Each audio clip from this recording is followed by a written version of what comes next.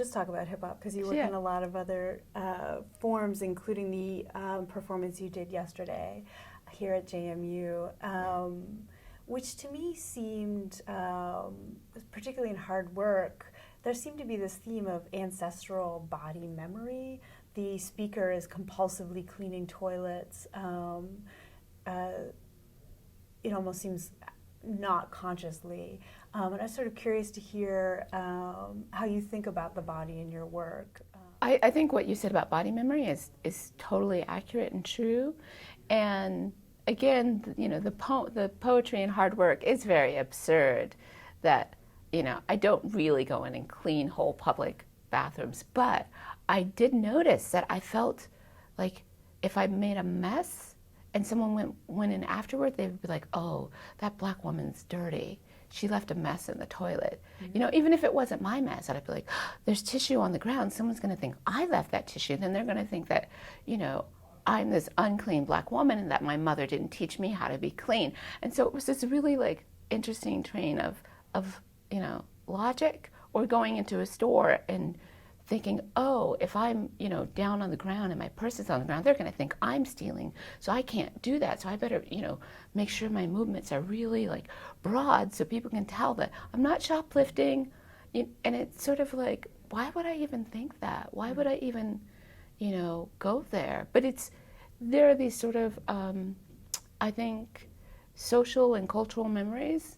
For example, with young black boys, most Black American boys at some point are taught how to respond to police. And I don't think other cultures do that. Yeah. I don't think, white parents sit down and say, now listen, if the cops stop you, make sure you don't make any sudden movements. If you get pulled over for a ticket, I could be wrong. But so, there are these things that are survival mechanisms, but I think we might hang on to some of them a little too long. Or without questioning and thinking about them, and thinking about, I shouldn't actually have to do these things.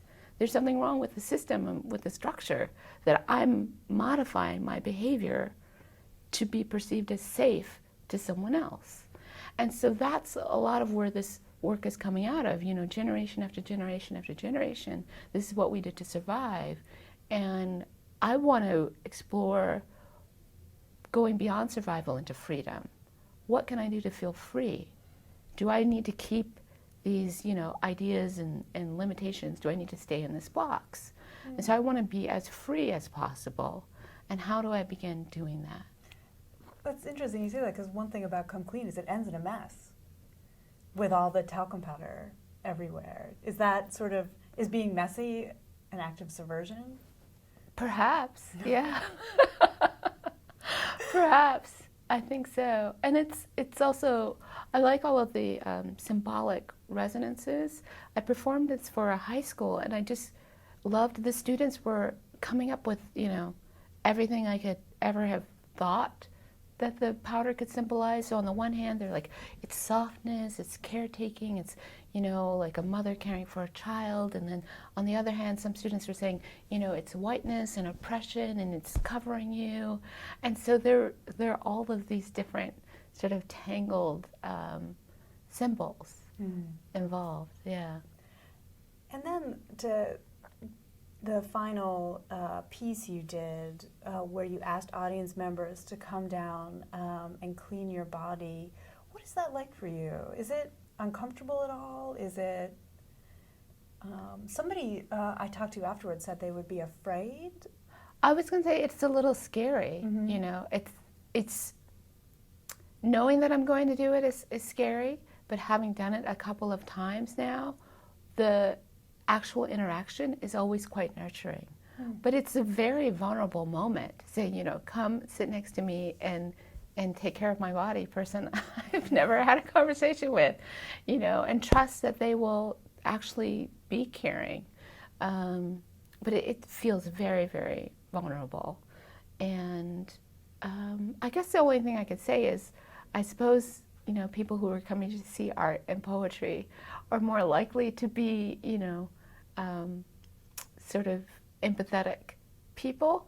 So I have that advantage of, people, and they're self-selecting. We never say you, and you. It's always like, who would be willing to come and do this? And they don't actually know exactly what they're going to do sometimes. They just know that there's going to be some cleaning. So it does feel very, very risky in some sense.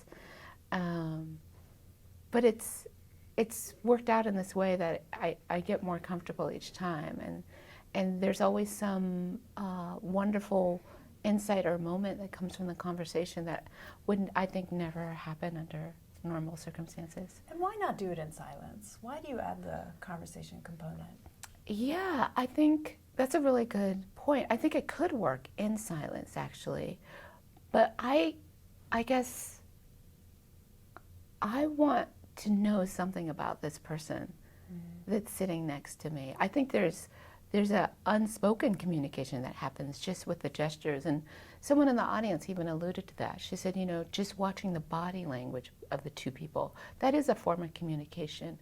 But I also want to feel like, I think it kind of humanizes the person who's cleaning me. And for me, it creates more of a peer relationship, because one of the things I don't want to get into is, you're my servant serving me, so come and wash,